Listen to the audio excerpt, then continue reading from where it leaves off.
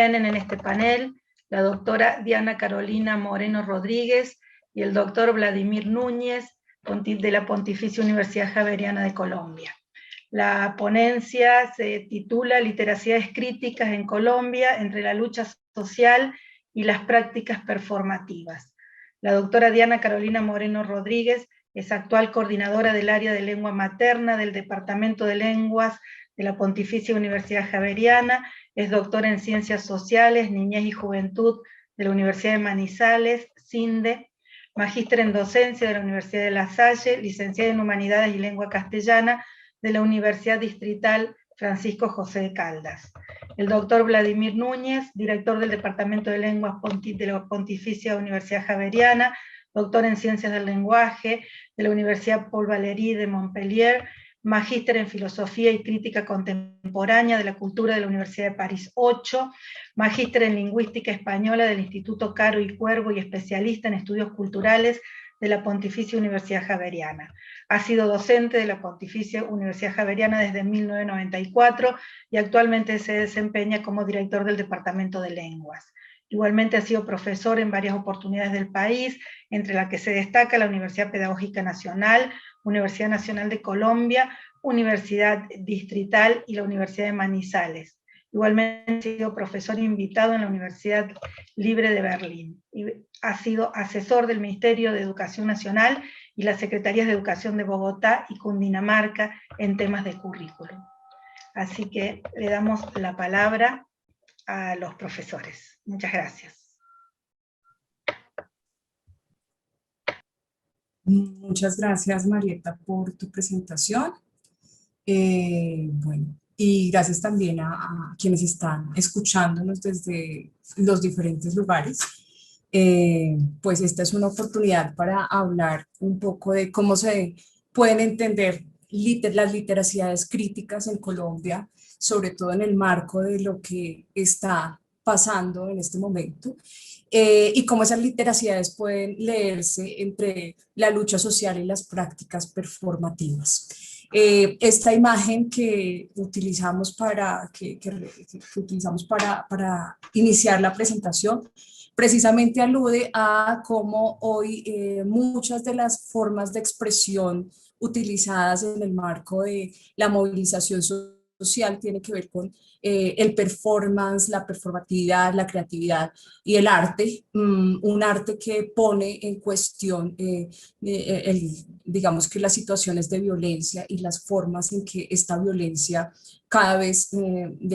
marca, digamos que una situación de sangre y muerte en nuestro país. Y a partir de esta comprensión hemos organizado nuestra presentación. No sé si ahí está corriendo la presentación, porque aquí el computador no. Está en la portada, Diana.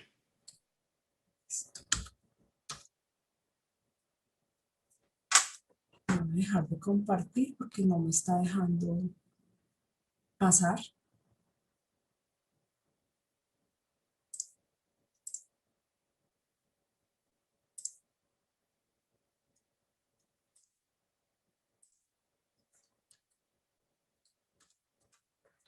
No me está dejando pasar la presentación. En la parte de abajo de la imagen hay unas flechitas, puedes darle.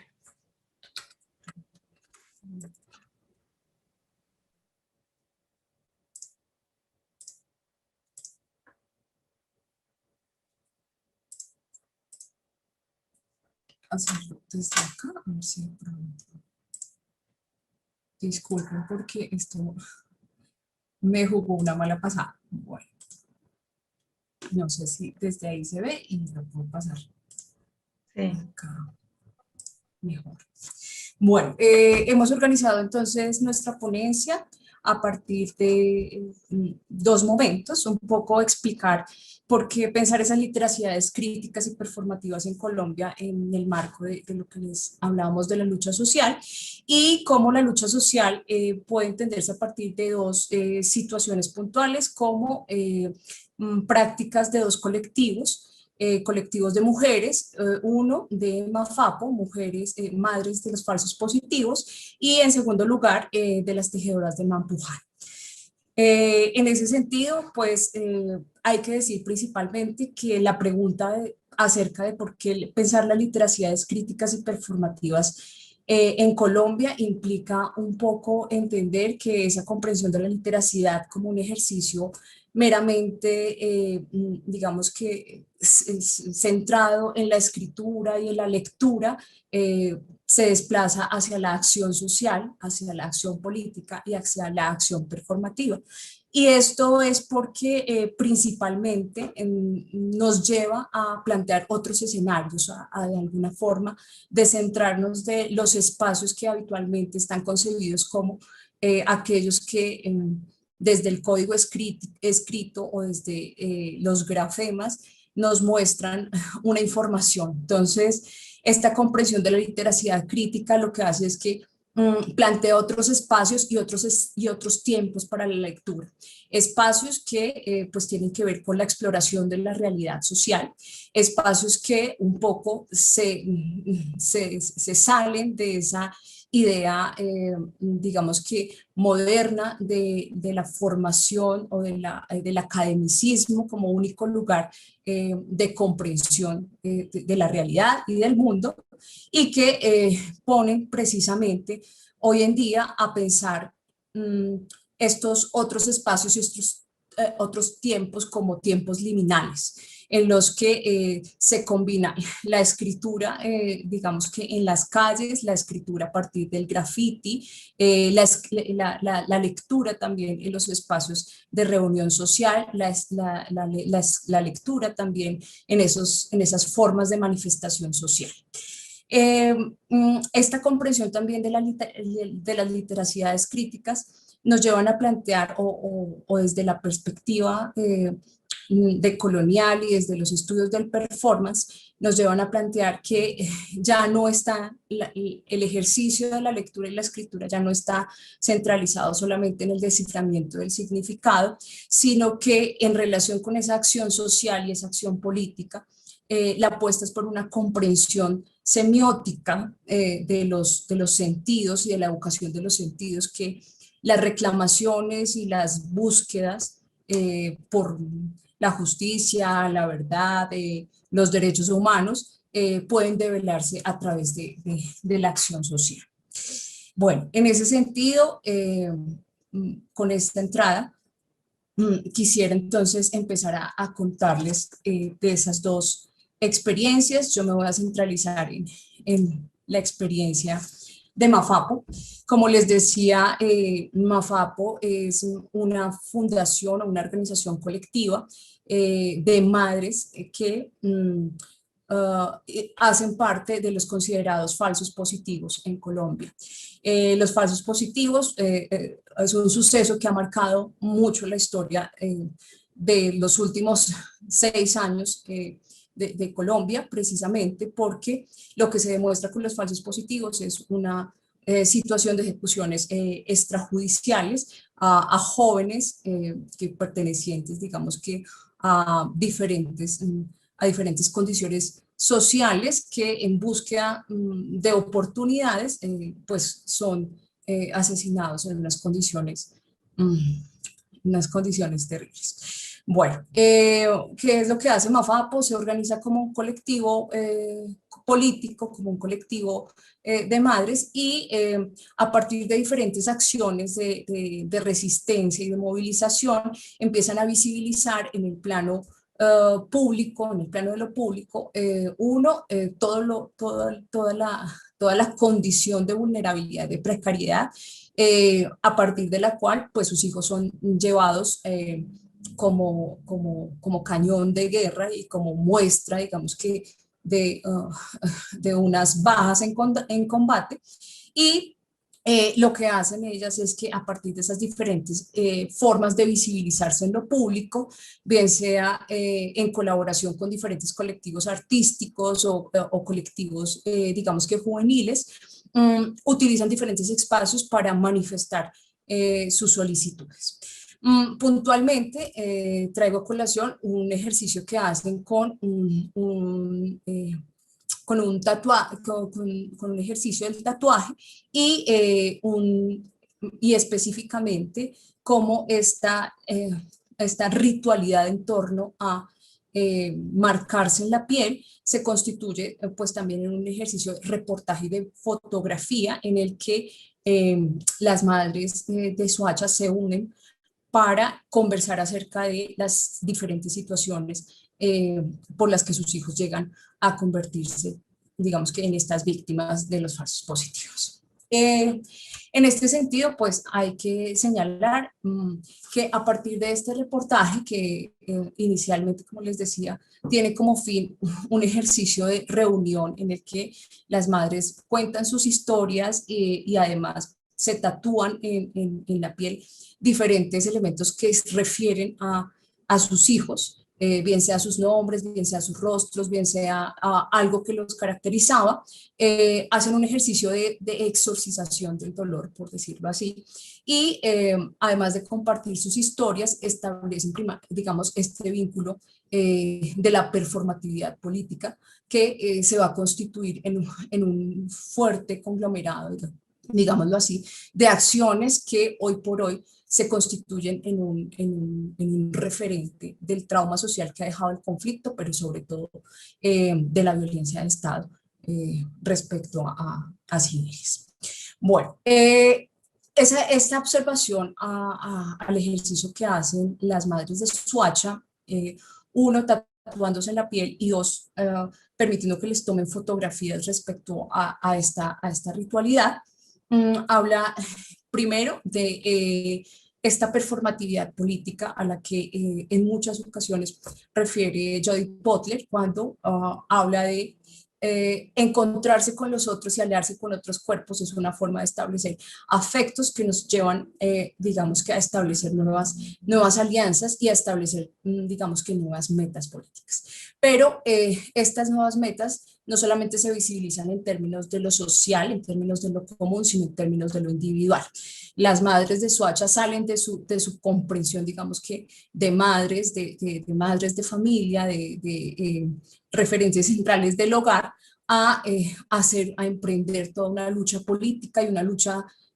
inclusive por su misma transformación individual. Es decir, salen de sus espacios y empiezan, ellas mismas lo cuentan en diferentes testimonios, y empiezan a hacer un ejercicio de alfabetización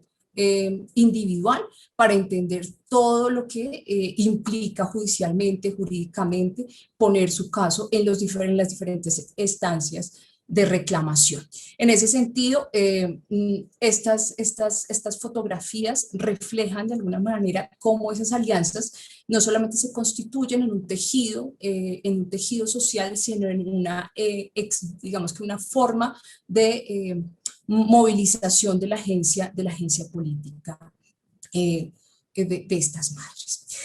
Junto a ello, hay que decir que desde la mirada de las epistemologías feministas, en la movilización y en la reclamación, la lectura y la escritura se constituyen en expresiones nómadas. Expresiones nómadas porque, como les decía al principio, no solamente se trata de utilizar referentes habitualmente relacionados con el desciframiento de códigos escritos o de códigos grafemáticos, sino que la corporalidad, la semioticidad, la iconicidad empieza a ser un referente importante, no solamente para transmitir una información, comunicar una situación de negligencia y de dolor, sino que otros códigos son utilizados para evocar, digamos que estas situaciones y evocar, digamos que afectivamente, cómo estas situaciones pueden movilizar políticamente a otros, ¿no? Entonces, por ejemplo, en el reportaje en el que se utilizan estas fotografías, el reportero hace muchas reflexiones respecto a cómo escuchar los relatos de estas madres y entender lo que está de fondo en la situación de las muertes de los falsos positivos. Lo lleva a él a titular el reportaje como Nunca Más. Nunca más la situación de los falsos positivos, que no puede volver a suceder es un referente, digamos que, de movilización social, en el sentido de que los otros entienden, digamos que, el dolor y el anhelo de justicia y de alguna forma activan también una subjetividad política para tratar de movilizar esa situación. Otro elemento interesante en esta remisión al tatuaje es cómo la piel se constituye en una forma de mediación, digámoslo así, o de corporalización del dolor, ¿no? Eh, eh, mm, una parte del análisis que yo planteo en un texto acerca de los tatuajes es precisamente cómo, aunque algunos de los cuerpos de los falsos positivos aparecieron, muchos de ellos no han sido encontrados o inclusive no han podido ser enterrados por sus familiares precisamente porque que las investigaciones aún siguen en curso. Y lo que uno puede identificar entonces en el reportaje a partir de los relatos de las madres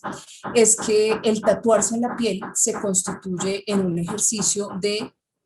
corporalización de la ausencia del cuerpo o del hijo perdido o del familiar perdido, ¿no? Entonces, uno, a esas les preguntan pues las implicaciones que tiene tatuarse, que nunca las habían contemplado precisamente por el estigma que se ha ceñido en algunas oportunidades acerca de los tatuajes, ¿no? Los tatuajes como algo subversivo, como algo que cambia los cuerpos normales que está inscrito en la piel y ellas ahí digamos que entienden que el tatuaje de alguna manera, uno, las lleva a poder encontrarse con las otras y a poder intercambiar esas comprensiones respecto al dolor y en ese sentido el tatuaje se vuelve una textualidad compartida, una forma de establecer, uno, la referencia individual o particular de la pérdida y dos, como un ejercicio ritual digamos que, de relacionamiento en el que estas madres cuentan, digamos que las historias de sus hijos perdidos. Bueno, creo que hasta acá llego yo y le doy la palabra a Vladimir para que nos pueda. Muchas gracias, Diana. Marieta, buenos días y a todos los que nos acompañan,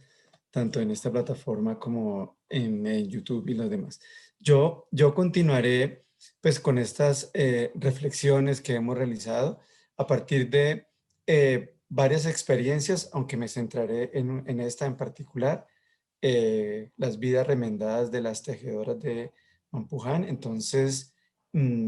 pero quisiera, digamos, para ir como tejiendo y utilizar la metáfora que ustedes ven en esta pantalla, quisiera también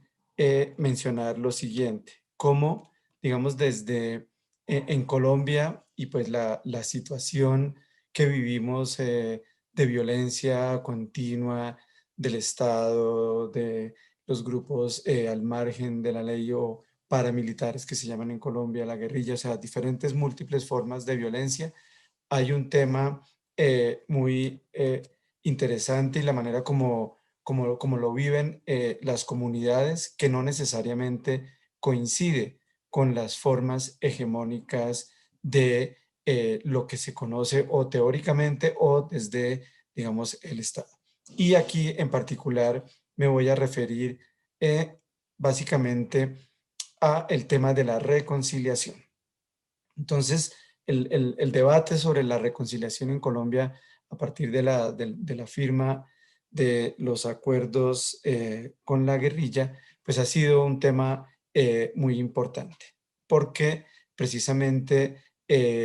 lo que intenta o lo que intentamos, digamos, buscar con esa investigación era ver precisamente cómo las diferentes comunidades que habían sido víctimas de esta violencia consideraban y concebían esa noción de reconciliación que era muy distinta, digamos, a la forma como se venía teorizando o desde la ciencia política o desde el Estado, etcétera, etcétera. Entonces, las comunidades impactadas por el conflicto armado otorgan a ese concepto de reconciliación y a sus prácticas una forma de reemprender la vida en común y de manifestarla, digamos, de diferentes formas. En ese sentido, pues, digamos, lo que vamos a mirar a continuación es uno de los múltiples ejemplos que podemos identificar en Colombia de cómo efectivamente se ha concebido ese concepto. Ya lo vimos con Diana, cómo las madres, digamos, tatúan su cuerpo, pero no solamente eso, sino también, por ejemplo, vemos también, por ejemplo, cómo los jóvenes se apropian de las calles, utilizan las paredes para manifestar precisamente de ese tema que hemos estado trabajando toda la mañana, y es esas formas de escrituras otras. Para contextualizar un poco el tema de las madres de Mampuján, quisiera mencionarles antes como a manera de contexto para, pues, sé que hay, digamos, múltiples asistentes que están en varias partes, no necesariamente en Colombia. Entonces, mencionarles que precisamente en Mampuján es en el norte de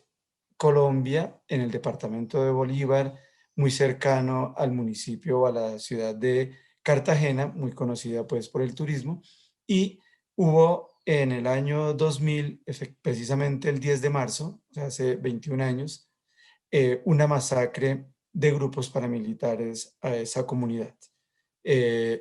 Esa comunidad, digamos, está muy cerca a Cartagena,